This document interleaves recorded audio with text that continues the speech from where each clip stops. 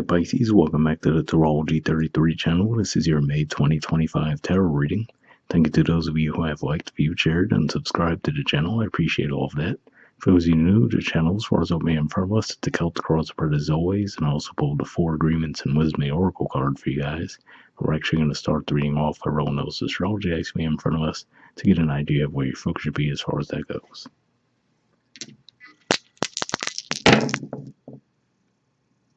Alright, so we have 2 second house energy for you guys is Aries. We've had Chiron there for quite some time. Neptune, which is your ruler, finally moved out of your sign and into Aries recently. We're also going to have Saturn move out of your sign around the 24th of the month and go into Aries. We have Mercury there until the 10th of May, and Venus will be there all of May as well. So yeah, plenty of energy going on in your second house, and second house in general points to possessions, self-worth, and finances. We have Virgo, and Virgo's your 7th house of relationships, contracts, and astrologically speaking, it's a little quiet there right now, but you do have the South Node there. And well, we actually just mentioned Neptune a little while ago, but yeah, again, like I said, Neptune's actually your chart ruler, and it is in your second house of possession, self-worth, and finances. All right, we'll keep all that in mind as we go through the main spread.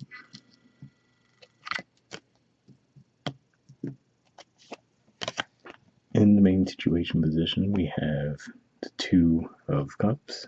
So this is Cancer energy here. And challenging that, we have the King of Swords, Aquarius energy. So for a lot of you, I feel like this is saying that you might actually have a good meeting of the minds this month. So for some of you, of course, if we take the artwork at face value, this could be around a romantic connection. But for others of you, it could just be more of a business partnership as well, or maybe even just a new friendship.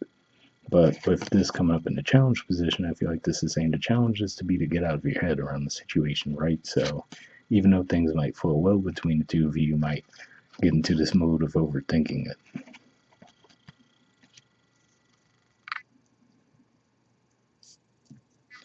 In the foundation position, we have the Lovers. So this is the major arcana card for Gemini, and this could just be saying that maybe in a way, it might have felt like something was taking place behind the scenes to actually bring the two of you together. So again, like I said, whether this is a business thing, friendship, romantic, if we look at the artwork there, it looks like there's an angel almost working things out behind the scenes, right? So that could ultimately be what took place with this connection. In the past position, we have the 9 of Pentacles.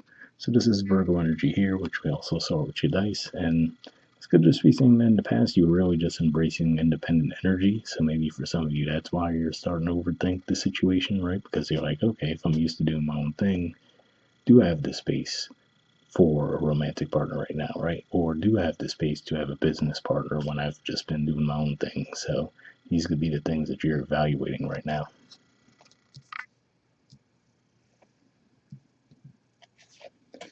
Right. In the present position, we have the Tower. So this could just be saying that now you might get a sudden jolt to the system, right? So for some of you, maybe it's around the realization as to what your actual feelings are regarding the situation, right? Maybe there's a dynamic within the situation that might wake you up to something where, again, like I said, maybe if you have been overthinking it, right, maybe you'll come to the realization that, okay, maybe this is an opportunity I should pursue, right? Or maybe for a small percentage of you, you might decide that you shouldn't, but that could be what you're feeling in the present or will be soon.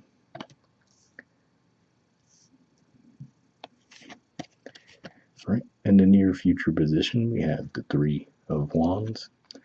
Aries energy here, which we talked about with your dice as well. Plenty of energy going on there, but it could just be saying that ultimately, whatever that Tower moment is, it looks like it didn't necessarily get you any closer to actually wanting to be more active in pursuing the situation, right? So again, like I said, I feel like there's still a part of you that's holding back, maybe overthinking the situation. So I feel like this is you taking more of a wait and see type of approach in the near future.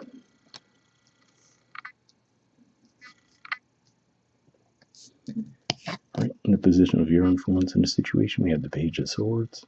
So yeah, so page energies usually are sincere, but they're often a little bit clumsy, you know? So if we look at the their stance, right? They don't look like they're all that comfortable holding the sword. The sword representing communication, right? If you look at the stance in general, it looks like there's a little bit of hesitancy. So it could just be one of those things saying that there's a part of you that does want to communicate with this person and see where things go. With there's also a part of you that still feels a little bit nervous around doing so.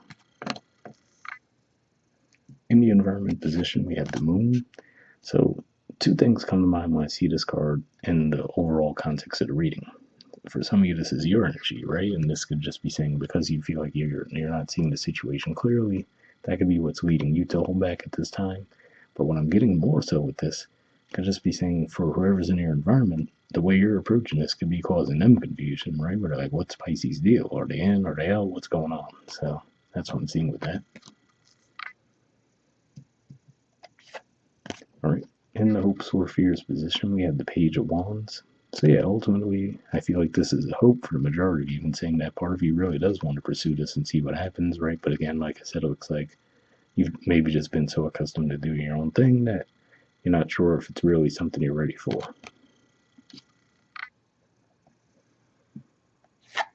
All right, in the outcome position, we have the Knight of Cups.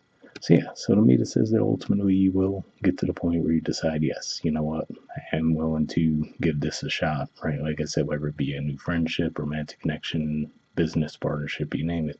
Looks like when we get toward the end of the month, you're finally going to be ready to say, yeah, you know what, let me move toward it and see what happens. All right, and bottom of the deck, we have the Seven of Cups. So this is Scorpio energy here. And given that we're going to have a full moon in Scorpio on the 12th of May, maybe this is pointing to what's going to ultimately clear up any confusion for you, right? So maybe you're still feeling like you're a little bit in the dark around the situation right now, right? Like, should I pursue it? Should I not pursue it? So if that's the case and that's what you're still feeling right now, I would say keep an eye on that full moon in particular to maybe clear the situation up for you. All right, from the Four Agreements deck, we have don't take anything personally, and it says relinquish self-importance. Okay, it says personal importance or taking things personally is the maximum expression of selfishness because we make the assumption that everything is about me. So, interesting message there, right? I don't necessarily see like this energy that you were in the past is like a self-absorbed energy, but more so, like I said, it's just one of those things where you might have gotten so comfortable in your independent energy that even if there's a part of you that really is drawn to the situation, it could be such a change from what you've grown accustomed to that you're just not sure if you're ready for that adjustment. From the Wisdom Oracle, we have Happy Happy. There's the artwork, and the number is 26. Let's see what this has to say.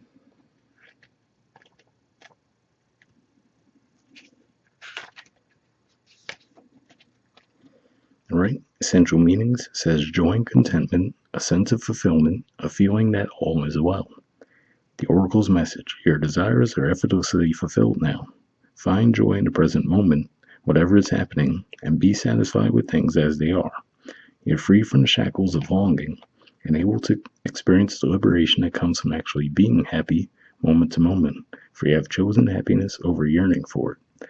Now is the time for feeling joy for the sake of joy and experiencing contentment. None of this is because of something outside yourself. Your happiness is the result of your being at one with Spirit's plan for your life. All is well. The tide is in for now. Enjoy playfully splashing in it. So yeah, definitely a positive message there. And like I said, it's just one of those things where it seems like ultimately you're just really used to doing your own thing. So now if there's this new partnership dynamic coming towards you, it just seems like you weren't fully sure if you were ready for it yet. The relationship message says there are moments in a relationship when you just feel good about whom you're with, and you know that your heart is wide open to befriend, to love, and to care for another without wanting anything in return. This is the kind of happy that you just want to share. The appearance of this card in the reading tells you that joy and contentment are here now, not somewhere else or off in the future. The grass is greenest right where you stand. Be grateful and delight in your relationship, and if you're seeking one, be happy now. Happiness attracts more of itself like bees to honey. So yeah, definitely a positive message here as well. So yeah, like I said, it seems like there is that potential at play for the majority of you, but it's just a matter of you figuring out if you feel ready or not. All right, the prosperity message says this is the time to take pride in your accomplishments. You're doing good work, providing exceptional service, and are well compensated for it. The world rains gratitude upon you, and you're happy with the results of your efforts and creativity.